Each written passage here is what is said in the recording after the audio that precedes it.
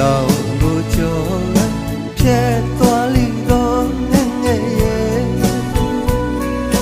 ဘယ်စီကိုရည်ရွယ်ပြန်တန်းနေတယ်လေပြောွယ်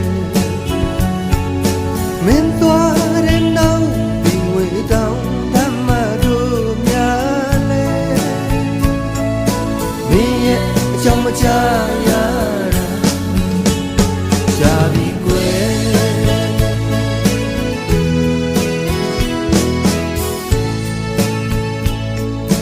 ပြောစရာတွေဆုံးအောင်တို့ရှမ်းတောင်တန်လေးပေါ်မှာ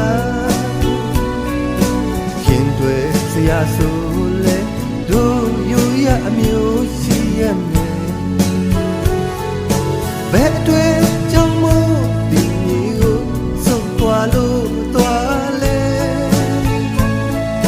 ပြန်လာပါမြတ်ကလေးရဲ့ပြန်လာခွေစရာဒီငွေတောင်တန်းဝဲမင်းထားခဲ့တဲ့ပေါ်တွေလည်းအငဲ့လှညောင်းပြန်လာပါချမ်းတောင်တန်းစီကိုကွယ်ဒီအချိန်ဆိုရင်လေတို့ဦးစီချမ်းမောင်းတန်းနဲ့